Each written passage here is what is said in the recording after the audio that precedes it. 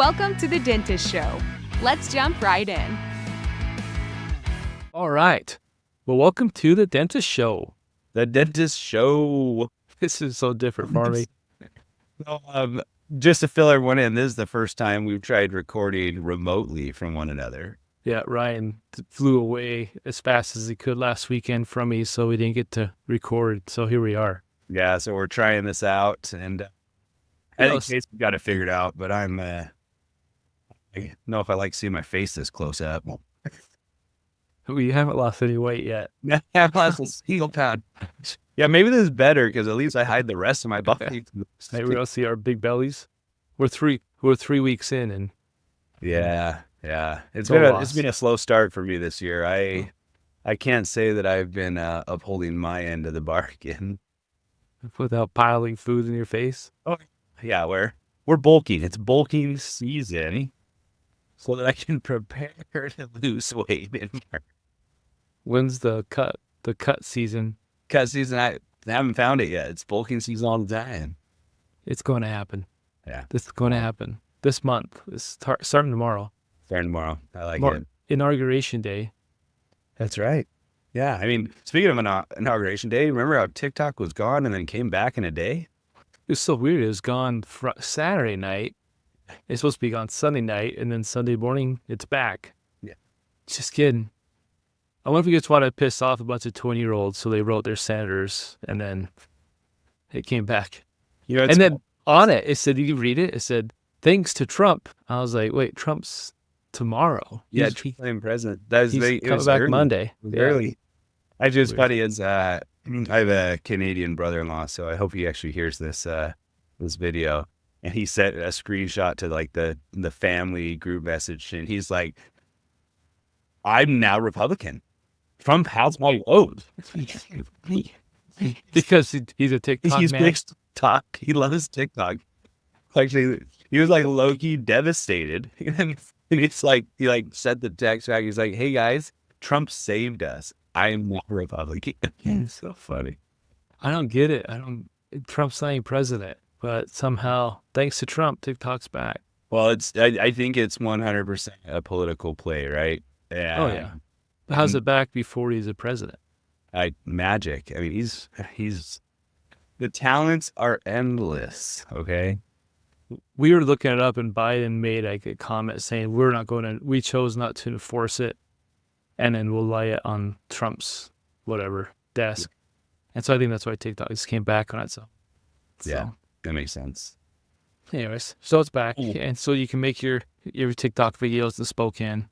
Yeah, I mean, I'm not gonna lie, I was pretty excited about TikTok not existing anymore. Me too. I thought it would, maybe free up the mind of so many people, and the time. Seriously. I mean, it just would have made Meta grow because they would have all just transitioned over to Instagram Reels. And it would have been okay. Yeah, everything would have been fine. Yeah, I mean, we do have 20,000 followers on our TikTok in Spokane, so it would have affected us maybe minorly. I don't think we have a lot of patients from there, but it's something fun that the team does. So yeah, and from time to time we get a patient that finds us or asks us to dance or do something stupid. But yeah. I mean, you guys down in Chandler, the big TikTok movers. Yeah. We stopped in like a month ago. Movies going on. We kind of stopped December-ish because this whole TikTok thing was going down. Yeah. So we stopped putting time in it, and then I was trying to refocus our efforts. Like TikTok's cool, and it's not really marketing. Like the funny videos and stuff are fun for the team. And it's not marketing our audience that we want. Like we want 40, 50, 60-year-old women that are trying to reinvest in themselves. We're looking for people who have neglected teeth to try to fix them. And so TikTok might go after that audience, I guess, if they're Mountain Dew mouths, or it just didn't really fit.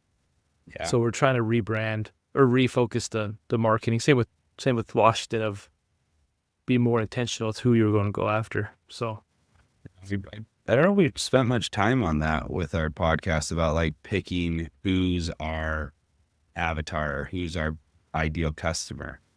Have we talked about it much? I don't think so.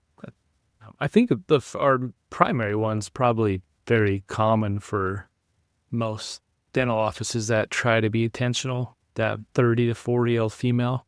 It used to be when I started practice, it was going after them because they would bring in kids, because at that time it was just, I want as many people as possible coming in the doors. So I was like, 30, 40-year-old women have kids, bring in the whole family. Mom, you get the whole family. Dad comes also, right? Yeah.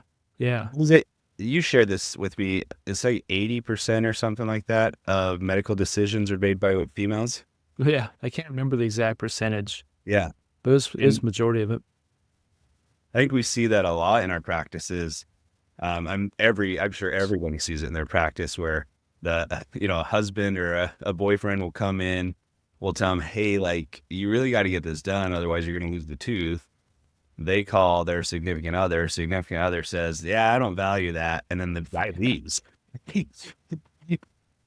Where if the guy doesn't even want to be there, he'll say like, my wife made me come here. Yeah. Yeah. So true. So my wife scheduled it. I'm here because she made me.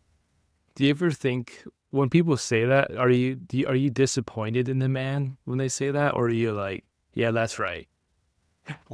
Yeah, I learned very early on, especially being a husband to a wife that has 3 sisters or 4 sisters, and a now business owner of like 60 females. Behind every good man's a better woman, unless she's yeah. Wait, so does Cassidy make your medical appointments? Oh no. That's what I meant. No. No. Oh, I guess, maybe I do judge him a little bit now that you say it. I judge them. When they say, like, my wife made my appointment, I'm like, huh, all right. Did she drop you off? Is she the driver? Well, there's nothing wrong with your wife drives you. I mean, there is. It's kind of weird, but it's cool too, You're like digging this hole. Tend to do that. Hey, just so you know, I am affiliated with Dr. James Davis. What he says is not necessarily my belief. Only get canceled in our first real podcast back in after the inauguration. Well, I'm just saying, I know we all judge, and that's one thing I guess judge. I'm like, okay. Yeah, no, that's cool. Truth be told, I feel the same way. Sometimes I'm like, see, you didn't. Like, I mean, I get you don't want to be here, but you didn't think that maybe it'd be good for you to make your appointment? So, or look up your own dentist and whatever. Anyways. What surprises me is the spouses that go to different dentists. Yeah, it's true. What's that? Like, where's the psychology in that? I don't know. I'm not even saying it's wrong. You think they had 2 different dentists before they got together and now they stayed? Yeah, but I have like even my I have family members that like come see me and their spouse will go somewhere else. Or well, that's because they don't like you. That's an easy one. No, but like they just don't want to leave their other dentist or something. Or like I know people that I have lots of patients that their husband or wife comes to us and the other spouse goes somewhere else. Yeah, for sure. And we have, well, and what's even more surprising too is when team members, spouses, or family goes somewhere else. Yeah. And it's like, we'd give you a discount. Yeah. And they still go, well, it's because they don't like.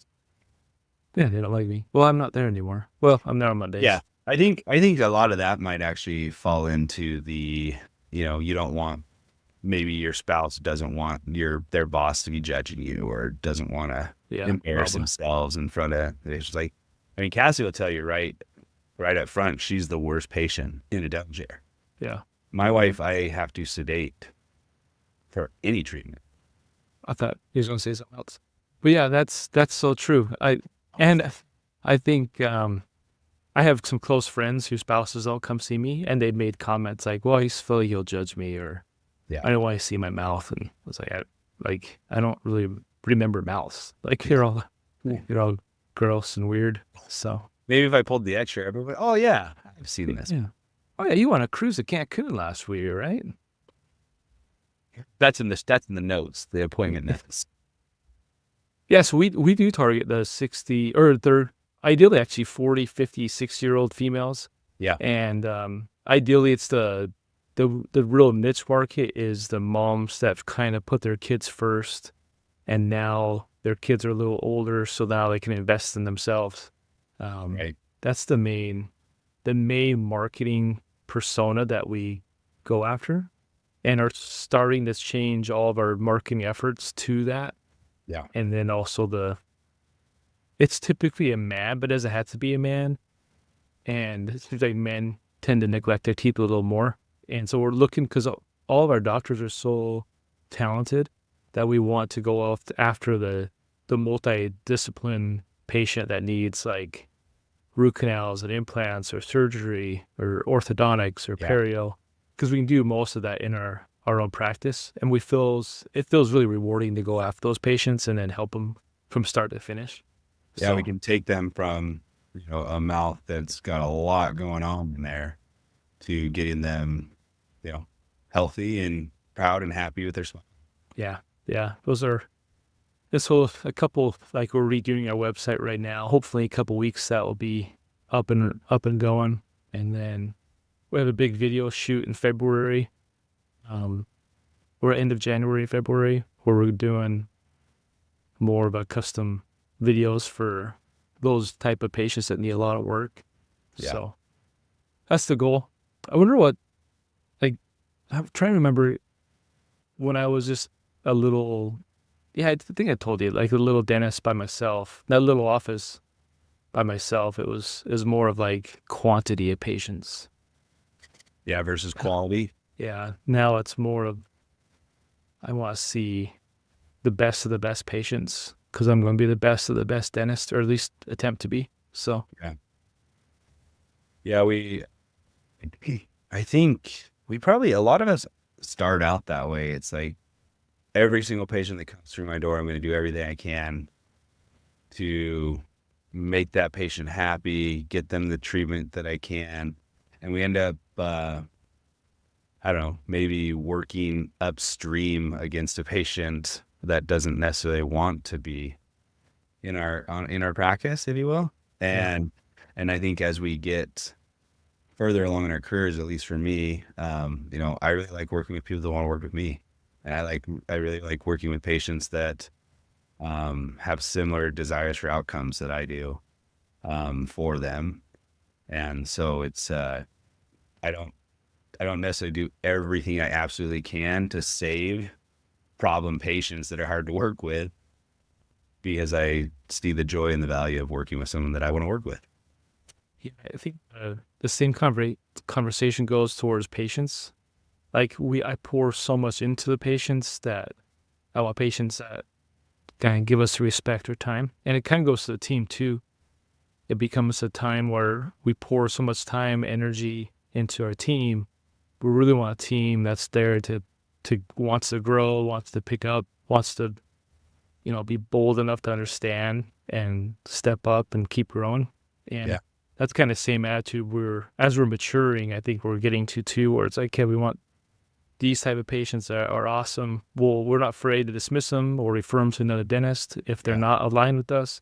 And same with team members. I think we are getting quicker at letting team members go versus holding them on and try to reshape them and change them how we want to see. Instead, we just try to attract success and attract those patients and team members that want that. So, yeah, we used to take those square patients or square team members and try to fit them in the round hole, right? Yeah.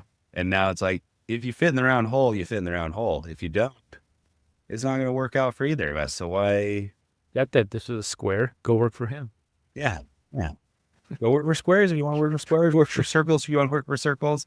I'm just actually imagining in my head as I'm talking about this, one of those little kid toy things that you like put the little square through the hole, the heart through there, the triangle.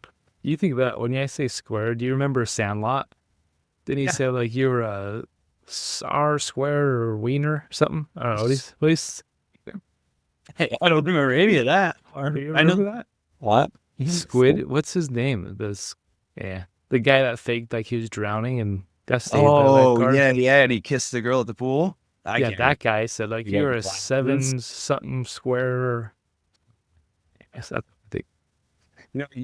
What you bring to this podcast is so profound sometimes. You, you bring up these people that you can't remember names. I'm not good with names. I'm good with I'm good with half stories. Yeah. I can't even remember the. At least you're not talking about how engineers, in the dental world, and all that bit from a previous episode. But anyway, what we're talking about is like, reaching out and bringing success into the team, bringing success for patients into the office, rather than trying to be the one-stop shop for all team members, for all patients. Like, we want to be the one-stop shop for those patients that align with us. We want to be the one-stop shop, if you will, for the team members that align with us, and attracting and marketing specifically to those people that align with us is what I think we're maturing into, and trying to do a more efficient job at that. Yeah, it's not always easy, especially finding team members that will take ownership or stewardship of their roles. The worst is the team member that when you bring up, or a patient, that you bring up something or something happens, and it's automatically someone else's fault. Oh, yeah. And it's just like, what world do you live in? Like, this was your responsibility. You took ownership of it. You didn't do it. And so it's not somebody else's fault. Like, it's yours. Yeah. Same with people's teeth, patients' teeth. It's not like a lot of times they make it our problem. Like, well, you don't take our insurance, or I only want to do what insurance pays for. I'm like, well, if you took care of your teeth, there would be no discussion here with what insurance does or does not cover, or how a treatment went bad, because there would be no treatment. It's ultimately up to the patient to take care of their teeth. So I feel the same way about patient or team members. And some patients, they are required to work harder than other patients to keep their teeth healthy, right? That's not unknown to dentists. Yeah. And I was in dental school. I think it was almost my end of my fourth year. One of the professors said, "Hey, never feel guilty for someone else's decay. They brought that in with them." Right? Yeah. I mean, and it's hard too. And like, I'm such a people pleaser. When someone comes with a cavity, it's always like, it'll be all right. Yeah. It's like, I don't want to be the bad person today. So we're just going to watch that. Yeah. Mm-hmm. Or that patient that comes in and you're going to be the one diagnosed as their first. Yeah. Never. I'm like, oh, that's just a stain. Yeah. We'll watch that. We'll watch that. Well, they should come back 6 months. So you see another doctor. So they'll tell you to fix it. Yeah. Dr. Benham will do it. All the doctors do it. It's just not me. I'm not going to be it first. Yeah. No, I'm just, all jokes. We were just talking about how awesome Dr. Benham is. So. Oh, yeah. Although he's a Clippers fan, he's amazing, dude. So, what's some, like, now that 2024 is over, what are some, like, frustrations, or when you look back, what are some things like you wish you would have changed or would have ended better than they did? Yeah, that is, it's a great question, because to pinpoint the one thing is tough.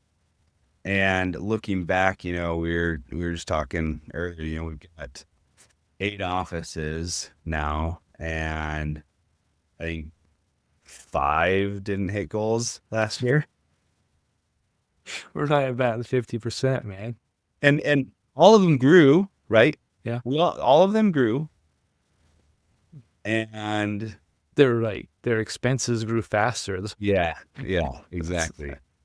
And so it's like, actually, I would love to talk to more groups out there and more dentists and see if they felt 2024 was a little harder on their practice as well, right? Like, we always find blame, right? Like, we can say it's an election year, that's why patients weren't coming in, or this and that. And as easy and as nice as that is to do, the reality is even if that's the case, that just means we didn't market in a way that overcame that, or we didn't reach out to our patients in a way that overcame that. Yeah, I said the same thing. I'm like, well, I feel like all 7 or 8 locations were slower this summer. Yeah. And that's why, so I'm, we have somewhat of a sample size. And so I kind of went with it. I'm like, all dental offices were slower. And it's Yeah. just kind of was a summer thing. And then an office that a few of our ex-team members work at reached out and they hit their goal. So they grew now they're actually bigger than our Chandler one. So they're like at 5.2 million. And I was like, you kidding me? They grew up like $400,000 and we Yeah. grew like 60,000 or something, So it was us, not Yeah. not the world or whatever, not election year or everyone's Yes. playing outside in the summertime or something. So do we create it? Yeah, we That's created the it. question. We create what you talk about, what you think about, what you believe to be true, you create in a sense, right? And Yeah. so I think yeah, if I would change one thing, it would be that I wouldn't breathe out into the world that it was a slow summer. That's why we're slow. It's September. We'll come out of it, and after September, right? October. It's just a tough month. Yeah. And month after month, it's like we're just not reaching our goals like we wanted to. And I think it very well could have been me. Yeah. I could have been the whole reason. Yeah. Right? Yeah. And I agree with that. Actually, I am the whole reason, right? To take full ownership, right? Had we just changed a few things to get those members to follow what we wanted, right, wrong, or indifferent, right? Then we would have created that opportunity. Yeah. We just took our eyes off the prize. We had 3 acquisitions this year. We had a merger. We had a new acquisition in Idaho. Truck was for a whole different realm, being another state. Yep. And then it was closed on 1 of December in Cave Creek. So I think we just the eyes was at the acquisition model of 2024. Like we've got to grow any way, in any shape. Yeah. And so I think sometimes we take our eyes off our goals and think, well, acquisition's the answer, and that's definitely not our models. We want to grow the practices, and so that's And like I was having a conversation with another dentist or another guy about Idaho and how like the struggle of finding dentists in Washington, Idaho. And he kind of called me out and said, well, are there no dentists? I'm like, no, there are. It's just harder to recruit. He says, right, so you're recruiting wrong? I'm like, well, yeah, that's ultimately it. Like in Phoenix, we use post an Indeed ad when we get all these dentists applying to it. We do the same thing in Washington and Idaho. We get a few, so. And that just means, and your friend's right. It's like, so we're recruiting wrong for the area. So it's That's our fault. There's dentists all over the place. Yeah. I think They we get the hate where they mindset. work, and if they don't hear about us and they're not looking, then they don't know. Yeah, there's dentists that work for like Aspen there. Like there's dentists that work for Pacific. Like who would work for those companies? Yeah. That wouldn't come work for us if they knew who we were. Like we're way better. They make more money. The team's way more trained. It's just we are doing a poor job of recruiting them and letting people know who we are. So we could totally fix that. So just be more intentional with like your goals and keeping them. Yeah. And like, okay, if it's not working, then it's not the government's fault. It's not the economy's fault. It's you. When you own it, then it's more freeing because it's like, oh yeah, I could change anything. Versus when it's the government's fault, you're like, I can't do anything because it's the government's fault. So anything I do doesn't change the fact that it's the government's fault. Then you're not going to change what you're doing. Right. Because actually it's something I've said in the past is like, if Trump wins, I'll go to work tomorrow. Yeah. If Joe Biden or if Kamala wins, I'll go to work tomorrow. It doesn't change, right, that I got to go to work tomorrow. And so you're 100% right. It's in the eye of the creator, not in who's in charge of the government. It's not, was it a bad September? It was a bad September because we didn't plan properly for September, right? Yeah. Yeah, the president has actually never affected my life one bit. And even to say that for those that are Republicans, actually my taxes went up under Trump's policies. So he technically what would be more of a business guy has actually affected my taxes more than Obama or whoever else has. So, and it hasn't. They don't affect my life. The president doesn't matter. More of your local community and your state senators and stuff matter more than the president. So, Yeah. that's good. That's a great point. I think if I could change anything, it'd be all the offices were profitable at 20%. Yeah, obviously. I mean, you keep fixing you. I'll take the money. You know what? I guess maybe can I have another stab at that? Nope, it's one and done. Sorry, your wish is over. Tell you what, But you'll be a great person. I wish that in spite of me, all the offices you're saying profitable. You just keep working on you, and I'll take the money to the bank. There you go. Okay. Can you share a little? Just a little. No, those go hand in hand. That's what I'm learning more from, like, more coaching and consulting.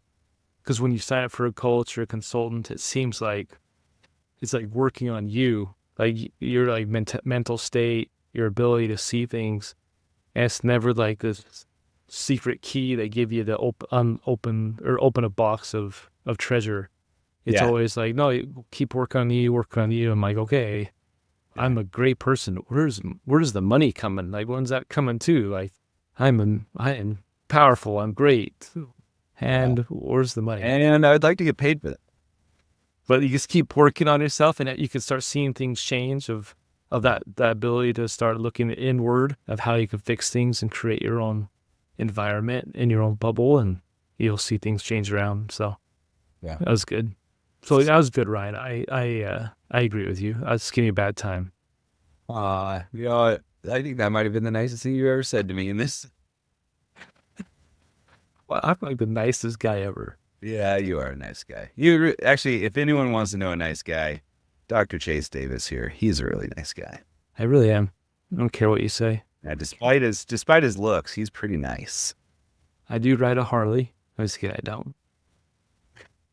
I'm almost got my wife convinced to so I can wear a wig. So, for you to wear a wig? Yeah, one day I'm gonna have a actually wig.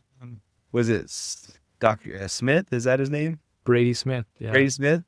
He never responded. So, actually, I have tickets to his show. Is that next week? I don't remember. I gotta look it up. Hopefully, it wasn't last night. That's cute. That would be so embarrassing. I bought him everything so I could go watch it.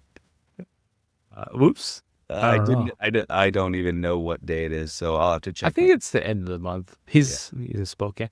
I shot that to him like, dude, what's the chances that he's gonna be who goes to Spokane for a? You want to know what's funny about Spokane is it is relatively small. It's the smallest big city out there, and I think just position wise, people travel through Spokane a lot to get to Seattle or otherwise, like if they're on the road. And so it's an easy one night stop. If you're going to sleep somewhere anyway, you might as well do a show. Like we've had 3 Days Grace play in like little tiny venues. We've had like big bands play, like Falling in Reverse, All American Rejects, like these bigger known names. And they just do one night show in this little stand up only venue. And I mean, you're like front row seats, if you will, front row standing to these big names for like $50. Hey, right on, man. Well, hopefully you didn't miss it, and you can ask him if it's sweaty underneath there. Yeah, because I know that was a concern of yours. He just got to lose a little chubby face, and then I'm only doing it if I have a ponytail with a like elastic thing, like a man bun. No, just a big ponytail, like a surfer dude, or a beach bum. There you go. I actually see it. So would you run down the beach? Would you do a vacation to the beach so you can run? Oh yeah, I'll do it all.